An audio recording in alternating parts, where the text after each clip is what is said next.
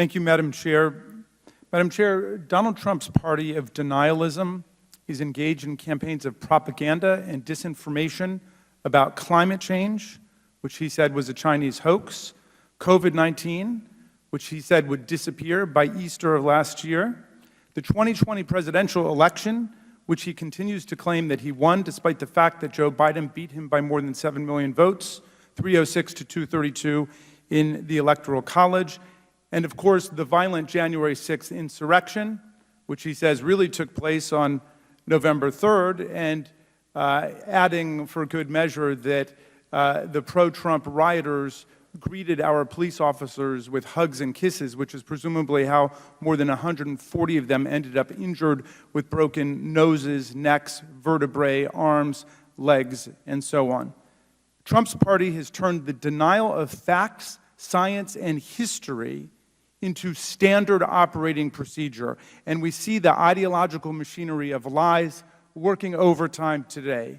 But as astronomer Neil deGrasse Tyson has observed, the great thing about science is that it's true whether or not you believe in it.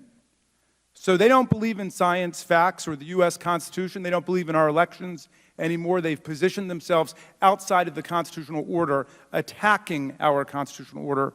But we believe in science and facts and the Constitution. Now, the Lancet report on the health effects of climate change told us last week that this is a civilizational emergency right now, not in the future, today. Rising temperatures, says the Washington Post, have led to higher rates of heat illness, causing farm workers to collapse in the fields and elderly people to die in their apartments. Insects carrying tropical diseases have multiplied and spread towards the poles. The amount of plant pollen in the air is increasing, worsening asthma and other respiratory conditions. And on, record drought, record flooding, record forest fires, record hurricanes of increasing frequency and velocity. We cannot afford any more propaganda campaigns by corporations subsidized by the government against public policies designed to save humanity. The First Amendment does not protect fraudulent commercial speech, despite everything you heard today.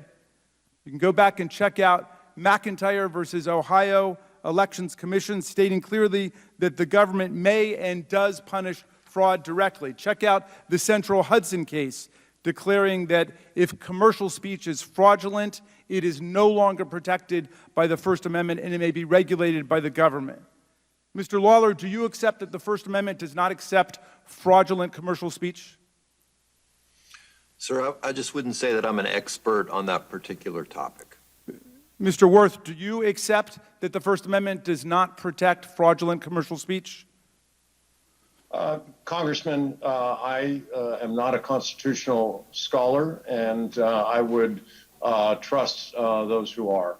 Ms. Watkins, do you accept that the First Amendment does not protect fraudulent commercial speech? Congressman, I'm not an expert on the legal aspects of this. I'm sorry. Well, Mr. Woods, your company has filed several briefs about this, trying to use the First Amendment as a sword in litigation against Massachusetts Attorney General Healey. Do you accept that the First Amendment does not protect fraudulent speech? I'm not a lawyer, sir. Are you aware of the litigation that Exxon brought against Healey in federal district court in Texas? I'm aware that we've had several suits filed against us, and we've hired lawyers to defend our rights. Well, look, use your common sense, and I appreciate the fact you're not a lawyer, but using your common sense, do you think that a company has the right to lie, for example, about climate change, and then use the First Amendment as a camouflage and a shield against litigation? I don't believe companies should lie, and I would tell you that we do not do that. But leaving that aside, because there might be a factual dispute on that particular contention, but do you believe if a company were to lie in commercial speech about something like climate change, it should not be protected by the First Amendment? I don't believe companies should lie. Okay, and what if a company were to lie? Is that protected by the First Amendment? I think the legal system and our court systems are designed to deal with those types of issues. Well, yes, indeed. In fact, you filed a brief in San Francisco versus Exxon, filed in Texas District Court. And I'd like to submit for the record the opinion by New York District Court Judge Valeria Caproni dismissing Exxon's First Amendment claims. I would hope as we move forward, thank you, Madam Chair. I would hope as we move forward, every person in America and every person on earth has an interest in us defeating this climate nightmare. And I would hope that the corporations, which have received a lot of beneficence, a lot of bounty from the U.S. taxpayers, at the very least would not lie about climate change and would not try to drape themselves in the First Amendment in order to protect their lies. I yield back to you, Madam Chair.